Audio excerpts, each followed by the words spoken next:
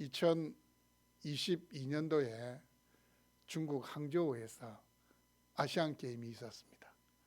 그 아시안 게임에서 조금 특별한 일이 일어났는데 어떤 일이냐면 롤러스케이터 3,000m 계주에서 이제 이 결승전입니다.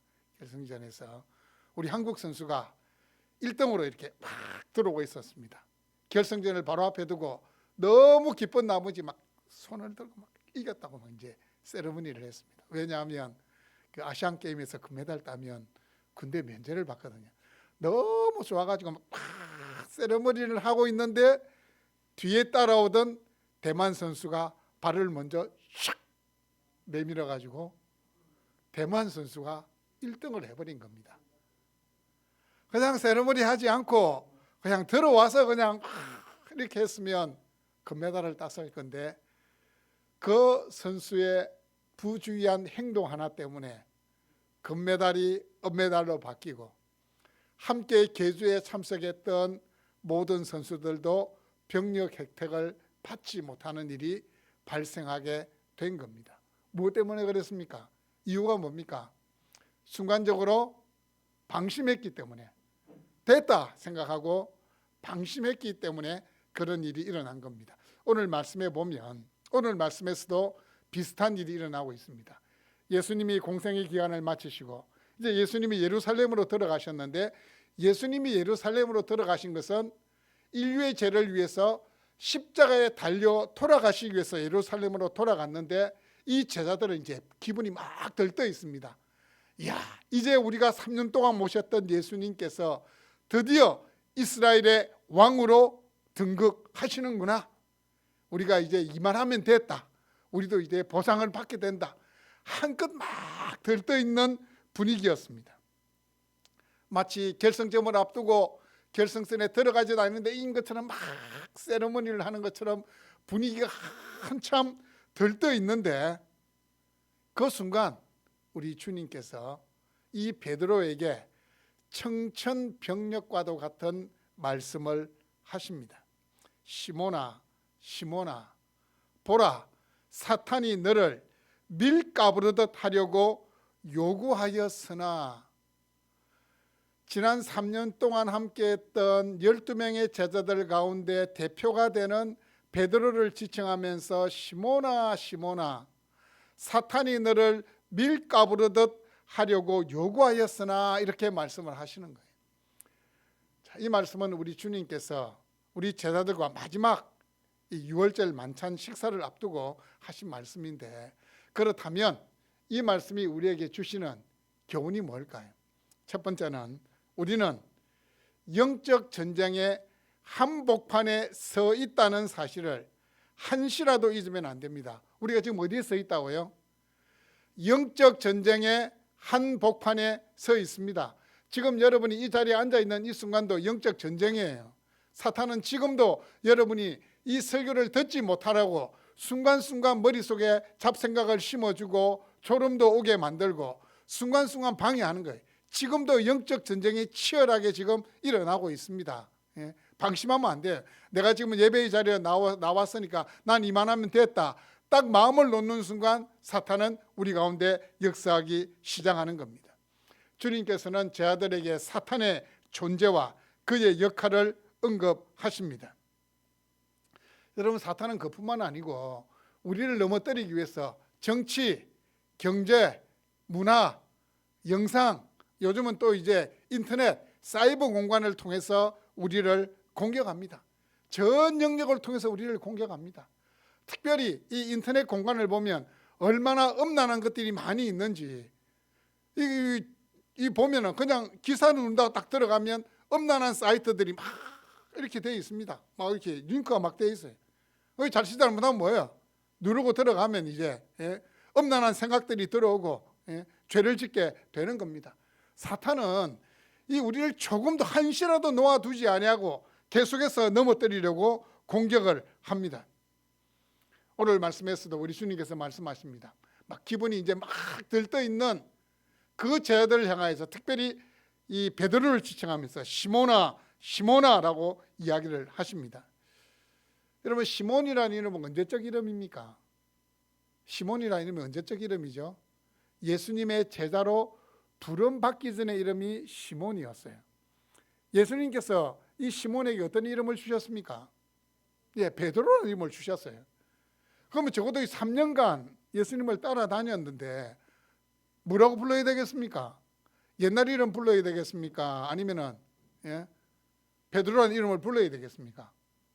베드로라는 이름을 불러야 돼요. 그런 거 있잖아요. 자신의 이름이 막 이렇게 약간 너무 촌스러워 가지고 이름을 좀 세련되게 이렇게 바꿨는데 갑자기 그 사람이 옛날 이름을 불렀다. 그럼 기분이 어떻겠어요? 여러분 같으면 기분이 어떻겠습니까? 당연히 기분이 안 좋죠. 갑순아 이렇게 이름을 지안이라고 예쁘게 바꿨는데 갑순아 이렇게 불러가지고 다른 사람들 다 있는 데서 얼마나 이렇게 기분이 나쁘겠어요. 그런데 예수님께서 이 베드로야 이렇게 부르지 않고 시몬아 시몬아 이렇게 부르는 거예요. 이유가 뭐라고 생각하십니까? 지금 베드로는 내가 3년간 예수님을 따라다녔기 때문에 나는 반석과 같은 존재다. 나는 어떤 시련이 찾아와도 나는 흔들리지 않는 믿음 좋은 사람이 됐다. 그렇게 생각하고 있는데 느닷없이 예수님이 옛날 이름이 시몬아 시몬아, 이건 무슨 뜻이냐 하면 이 베드로의 인간적인 연약함을 드러내시기 위함입니다. 야, 네가 지금 베드로라고 생각하지? 착각하지 마라. 너도 넘어질 수밖에 없는 연약한 존재 시몬이다 라고 이야기를 하고 있는 겁니다. 네가 지금 3년 동안 제자 훈련 받았다고 이 영적인 전쟁에서 결코 흔들리거나 넘어지지 않는다고 생각하지? 그건 네 생각이다 이렇게 말씀을 하시는 거예요. 그런데 그 뒤에 말씀을 보시면 시몬아 시몬아 사탄이 너를 밀가부르듯 하려고 하지 않고 뭐라고 말씀하고 있습니까? 너가 아니고 뭡니까? 너희입니다. 너희.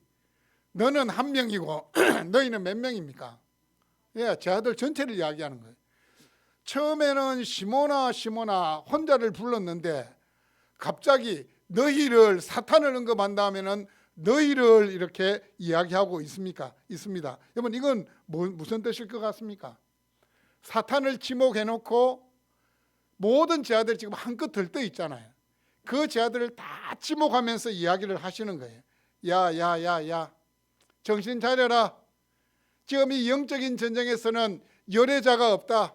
내가 시몬아 이렇게 이야기하니까 시몬 한 명만 이야기하는 것 같이 너가 전부에게 지금 하는 말이다. 그겁니다. 사탄이 선줄로 생각하고 있는 이 베드로를 포함한 모든 제자들을 시험할 것이라고 주님이 경고하십니다. 여러분 이 밀을 까부른다. 옛날 채는 이렇게 하는 건데 어쨌든 뭐 이스라엘은 모르겠습니다. 우리나라는 이걸 뭐라 합니까 이거? 키질이라나 뭐 체질이라나 체질 이렇게 막 하면은 막 흔들면은 쭉정이는 밖으로 나가잖아요. 흔들고 세게 또 막 흔들어야 돼요. 지금 그 상황을 지금 이야기하는. 여러분 이게 체질을 하면서 심하게 막 흔드는 것은 무엇을 이야기할까요? 밀을 까부르기 위해서 막 심하게 흔드는 건 뭘 이야기할까요? 그만큼 베드로가 견디기 힘든 시험을 만나게 된다는 것을 이야기합니다. 이 막 이렇게 막 체질을 흔들면은 안에 있는 곡식이 막 사방으로 흔들리듯이 이 베드로가 자신의 힘으로는 도저히 견딜 수 없는 엄청난 고난을 당하게 될 것을 이야기해 주고 있습니다. 우리가 영적인 긴장을 늦추는 순간 사탄은 여지없이 우리를 허물어뜨리기 위해서 공격을 해 올 것입니다. 여러분 기억하십시오. 지금 예배 드리고 있는 이 순간도 여러분은 치열한 영적인 전쟁의 한복판에 있다는 사실을 기억을 해야 됩니다. 베드로전서 5장 8절 말씀을 보시면 너희 대적 마귀가 뭐 같이요? 우는 사자와 같이 두루다니며 삼킬 자를 찾는다 그랬습니다. 사자가 여기서 가만히 있는 게 아니고 동물원은 철장에 갇혀 있는 게 아니고 나와가지고 우는 사자처럼 두루다니며 삼킬 자를 찾는다 그래요. 여러분 사자가 으아 하는 걸 어떨 때 깡 합니까? 두 가지입니다. 하나는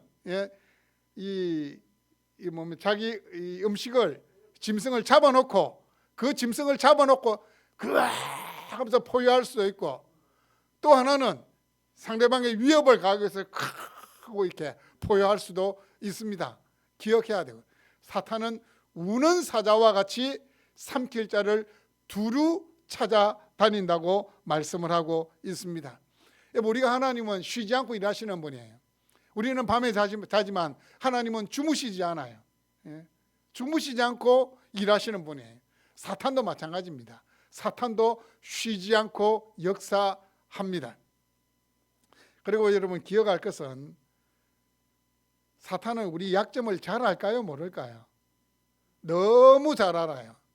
여러분, 이 사탄은 여러분의 집안의 내력도 너무 잘 알고 있습니다. 여러분 안에 어떤 DNA를 가지고 있는지, 여러분이 어떤 부분이 약한지 다 알고 있는 거예요. 조금만 방심하면 그 약한 부분을 통해서 사탄이 공격에 들어오는 겁니다. 그런데 영적으로 나태한 자들은 그냥 사탄이 놔둡니다.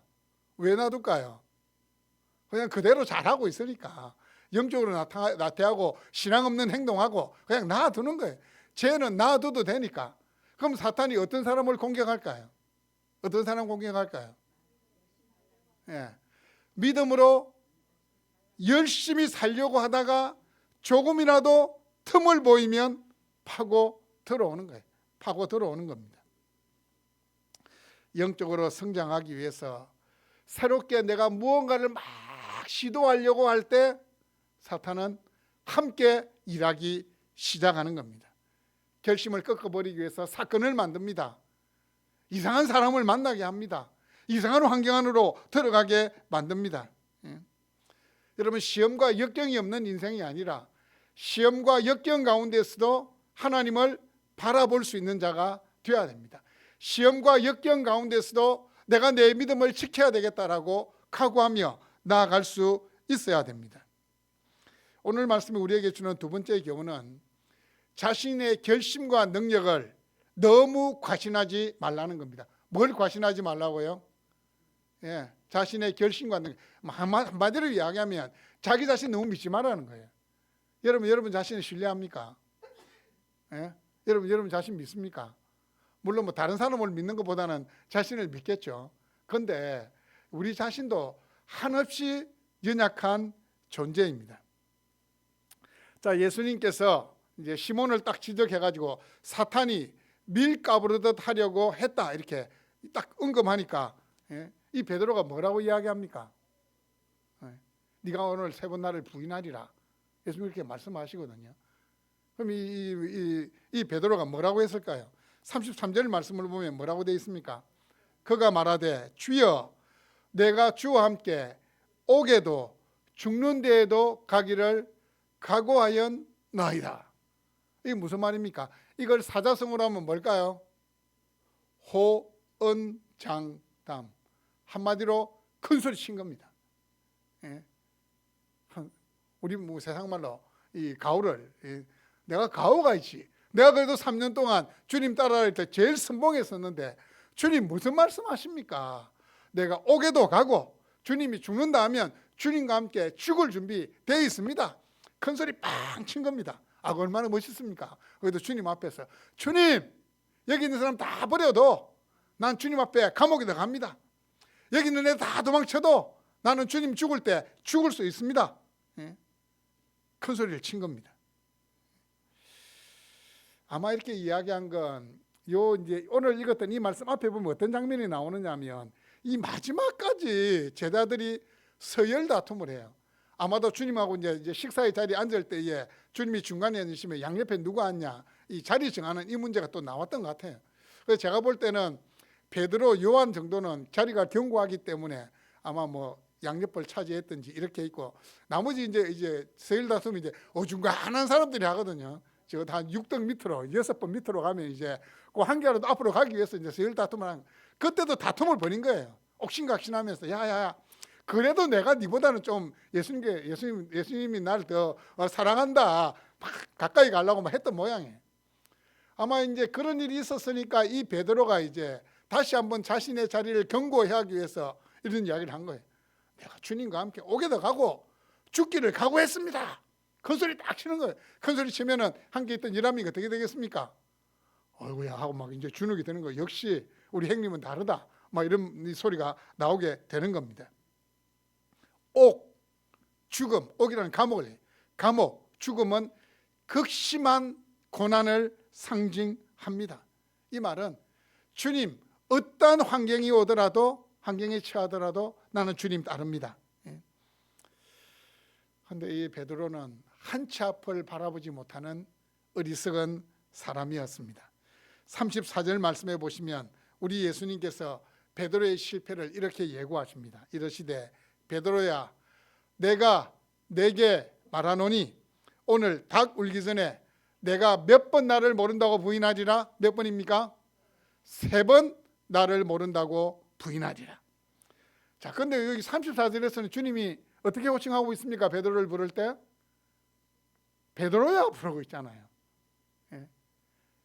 앞에 31절에서는 32절에서는 뭐라고 불렀죠? 시몬. 이 34절에서는 베드로.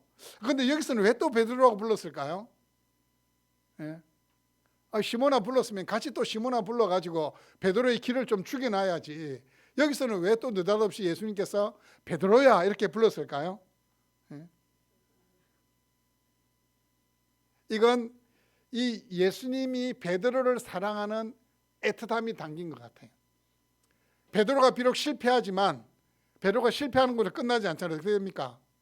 다시 회복되잖아요. 예수님은 그 회복될 것을 바라보시면서 비록 실패하지만 너는 나를 사랑하는 나의 제자다. 나도 너를 사랑하고 있다. 너는 예전의 시몬이 아니다. 변화된 베드로다라는 사실을 보여주기 위해서 앞에는 시몬이라고 불렀지만 이번에는 베드로야 이렇게 부르고 있는 겁니다. 자, 닭 울기 전에 닭 울음 소리는 언제 나옵니까? 근데 요즘 닭은 한낮에도 막 울더라고. 정신 못 차려 이게. 예? 세상이 이상하니까 닭들도 이상한 것 같아. 예? 세상이 이상하니까 막 코스모스도 11월 달에 피고 벚꽃도 막 11월 달에 피고 이상한 세상에 닭도 막 한낮에 막 울어서고 그러는데 예전에는 닭은 새벽에 우는 거예요. 시간을 나타내는 거예요. 언제 이 베드로가 부인한다고요? 새벽에. 예. 지금 예수님하고 말씀하고 있는 이제 저녁 시간인데 그 다음 날 새벽에 베드로가 부인하게 될 것이다 라는 것을 이야기하고 있고, 또 닭울음 소리는 또 하나 베드로의 잠들어 있는 영혼을 깨우게 되는 바로 그것이 닭울음 소리입니다. 닭울음 소리를 듣게 됐을 때 베드로가 어떻게 나가죠? 밖으로 뛰어나가서 심히 통곡하니라. 자신의 연약한 모습, 가슴을 치며 회개하게 되는, 베드로를 깨우게 되는 역할을 하는 것이 닭 울음 소리였습니다. 자, 예수님께서 베드로야, 네가 오늘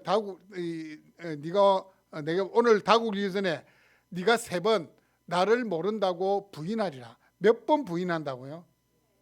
3번은 어떤 뜻일까요? 3번. 우리 3세판 이렇게 이야기해요. 3세판.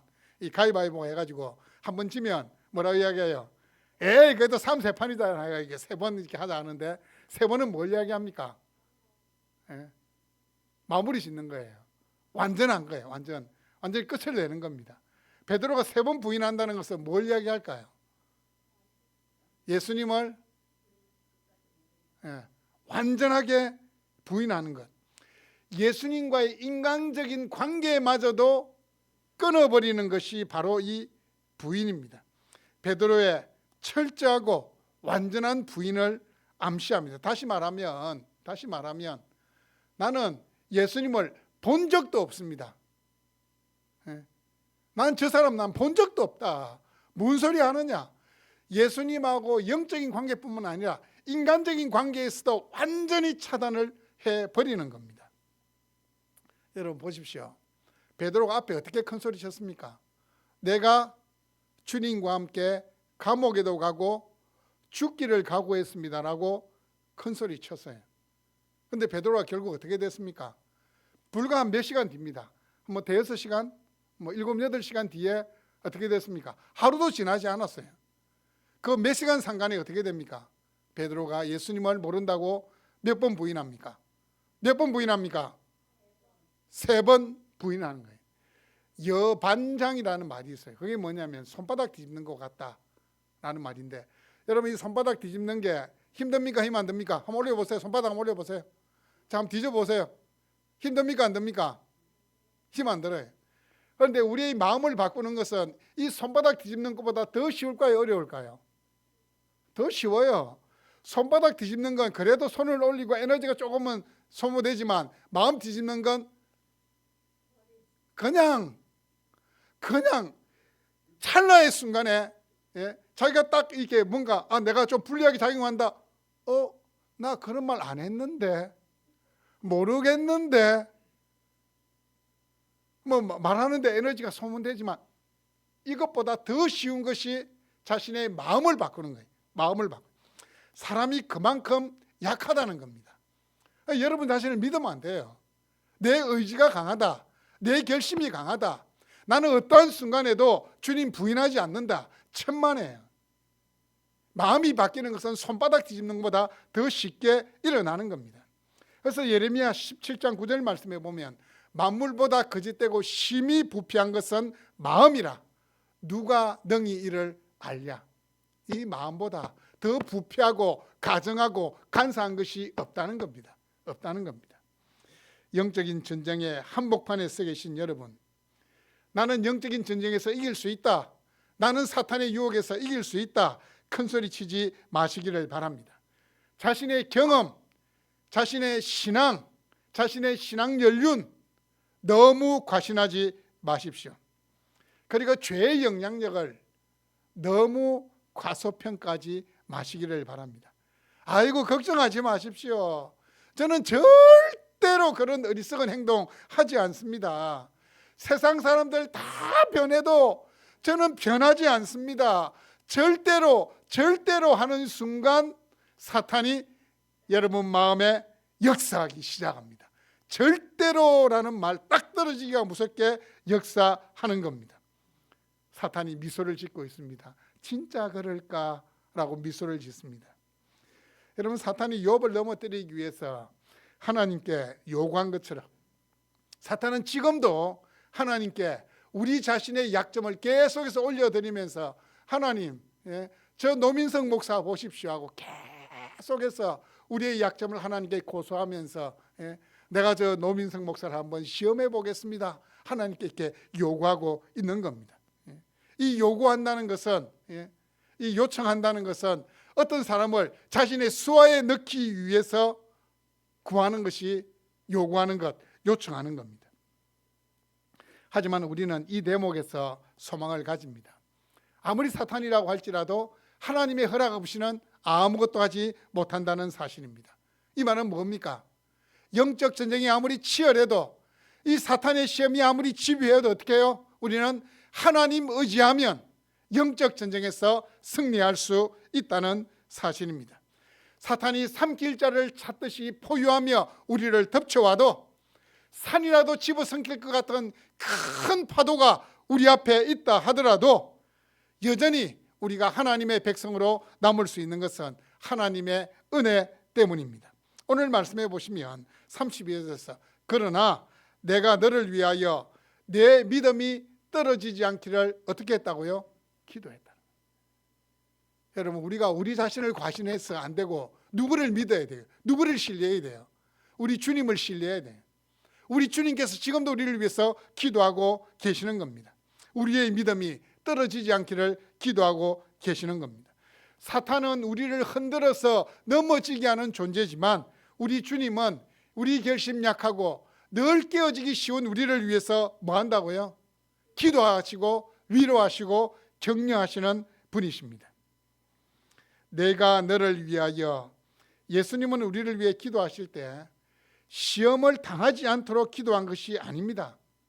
시험을 이기도록 기도하신 것입니다. 내 믿음이 떨어지지 않도록, 떨어진다는 것은 해와 달이 그 빛을 잃어가는 모습입니다. 다시 말하면 우리의 믿음이 점점 연약해지는 것이 떨어지는 겁니다.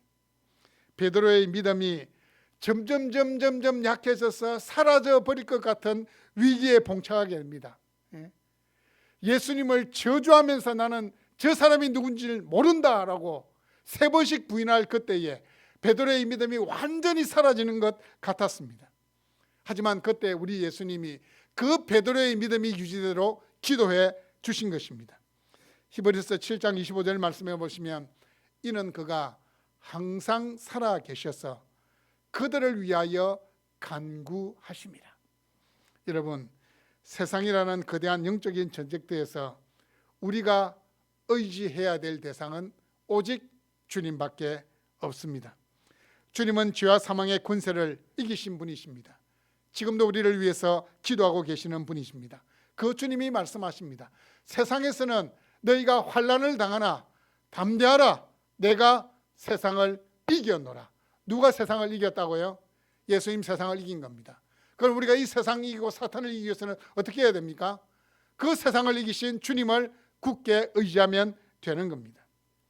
내가 세상을 이겼노라라고 말씀하시는 이 주님께 대한 우리의 고백은 찬송가 214장 3절로 고백하면 됩니다. 내 힘과 결심 약하여 늘 깨어지기 쉬우니 주 이름으로 구원해 날 받아 주소서라고 고백하면 되는 겁니다. 오늘 말씀이 주는 3번째 교훈은 우리 모두는 신앙의 동력자들이라는 것입니다. 우리는 신앙의 뭐라고요? 동력자입니다. 동력자. 우리는 경쟁자가 아니고 뭐라고요? 동력자입니다. 동력자. 자, 영적인 전쟁은 눈에 보이지 않지만 우리가 생각하는 것보다 훨씬 더 치열하게 일어나고 있습니다. 사탄은 우리로 하여금, 여러분 보세요. 이 생각으로 범죄하게 만듭니다. 생각으로 범죄하게 만들어요. 뿐만 아닙니다. 말로서 상처를 주게 만듭니다. 인간관계에 있어서 우리 마음이 상해서 넘어지게 만듭니다. 우리가 아무리 예수 믿고 나는 이 세상에서 주님이 최고입니다 이야기하지만 우리가 그래도 이 세상에서 제일 약한 게 뭐냐면 돈 앞에 서면 우리가 약해져요. 돈 문제가 걸리면 마음이 약해지는 겁니다. 그 돈 문제로 인해서 우리 마음이 작아지게 만들고 약해지게 만듭니다. 뿐만 아닙니다. 사업을 할 때 성경 말씀대로 한다는 거 진짜 쉽지 않아요. 세상 사람들이 하는 방법이 있으니까 그 방법 따라가도록 계속해서 우리의 마음을 흔들어 놓습니다. 하지만 우리 안에 영적인 민감함이 살아날 때 우리는 이렇게 이야기합니다. 주여, 또다시 같은 유혹에 걸려 넘어질 뻔했습니다. 또 넘어졌습니다라고도 빨리 이렇게 하나님 앞에 고백을 해야 되는 겁니다. 넘어지고 깨어지고 상처 입고 상처 주고 주님의 마음을 실망시킬 때도 있지만 그때마다 주님은 우리에게 어떤 기회를 주신다고요? 돌이킬 기회를 주시는 거예요. 우리를 위해서 기도하고 계시기 때문입니다. 예수님과의 인간적인 관계마저도 부인했던 베드로, 철저하게 망가져버린 그 비참한 모습이지만 주님은 베드로를 향하여 말씀하십니다. 너는 돌이킨 후에 내 형제를 굳게 하라. 돌이킨다는 것은 뭐 하는 겁니까? 회개하는 겁니다.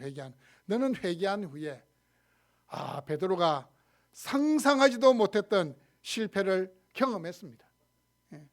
그 자리를 박차고 일어난다는 것 정말 쉽지 않습니다. 하지만 실패의 자리에서 일어나는 것뿐만 아니라 이 신앙의 문제로 공경에 처해 있는 믿음의 형제들을 도와주는 역할을 하라고 주님이 지금 베드로에게 말씀을 하고 있습니다. 사명을 주시는 겁니다. 32절에 보시면 너의 형제들이라는 표현을 사용하고 있습니다. 여러분, 베드로에게 있어서 자신의 형제들이 누굽니까? 제일 가깝게는 함께 제자들입니다. 그 제자들이 어떤 존재입니까? 예수님께서 십자가에 달리시기 전 마지막 유월절 만찬의 자리에까지 그 제자들은 서로 누구라고 생각했습니까? 경쟁자라고 생각했어요. 밟고 올랐어야 될 경쟁자라고 생각했어요. 그런데 우리 주님께서는 형제들이라고 이야기합니다. 형제들은 동력자라는 겁니다. 형제들은 엄마의 같은 태에서 나온 자들입니다. 아델포스, 같은 태로부터 나온 자들이 이 형제들입니다. 형제들이라고 이야기합니다. 그 12 제자들이 같은 신앙의 동력자들이라고 말씀을 하고 있는 겁니다. 여러분, 우리는 경쟁자가 아닙니다. 우리는 적이 아닙니다. 우리는 누굽니까? 동력자들입니다. 기억하셔야 돼요. 그런데 교회 안에 보면 서로를 경쟁자라고 생각하는 사람들이 있어요. 우리는 경쟁자가 아니에요. 우리는 동력자들입니다. 함께 힘을 모아 위로하고 세워주고 축복해 줘야 될 신앙의 동력자들입니다. 너는 돌이킨 후에 내 형제를 굳게 하라 라는 이 말은 초대교회에 있어서 베드로의 역할, 베드로의 위치가 무엇인지를 보여줍니다. 이 베드로는 초대교회에 있어서 대표적인 리더가 됩니다. 대표적인 지도자가 됩니다. 사탄의 핍박에도 불구하고 교회와 형제들을 굳게 하는 사명을 이 베드로가 감당하게 되는 겁니다. 여러분, 우리의 삶의 현장은 거대한 영적인 전쟁터입니다. 삶의 현장에서 신앙을 지킨다는 것은 이 폭탄이 빗발치는 그 전쟁터에서 목숨을 걸고 싸우는 이 군인들과 같은 치열함이 있어야 됩니다. 매일매일 영적인 전쟁에서 승리하는 것은 결심이나 구호만으로는 되지 않습니다. 마음에 결단하고 막 이길 수 있다, 할 수 있다, 구호를 외친다고 되지는 않습니다.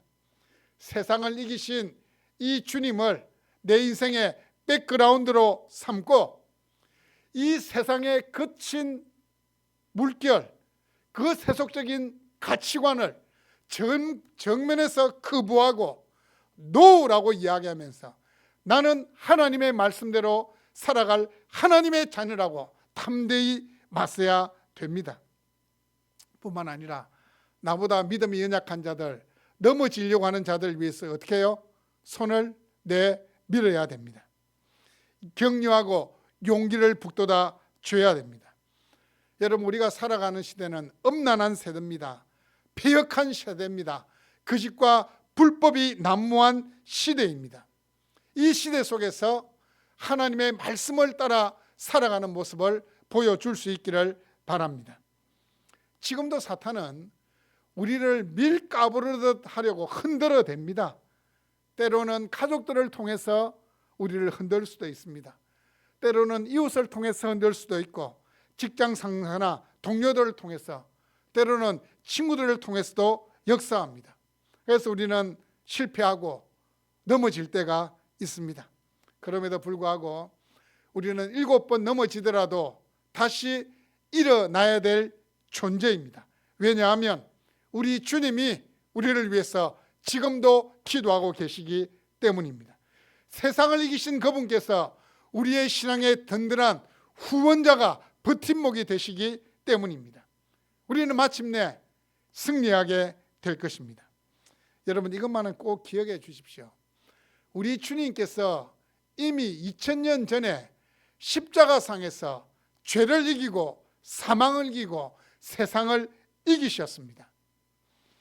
결전의 그날 그 갈보리 언덕에서 우리 주님은 승리하셨습니다. 결전의 그날을 디데이라 부릅니다. 디데이는 이미 지나갔습니다. V-Day, 빅토리데이, 우리는 지금 승리의 날을 살고 있는 겁니다. 승리의 날을 살아가는 겁니다.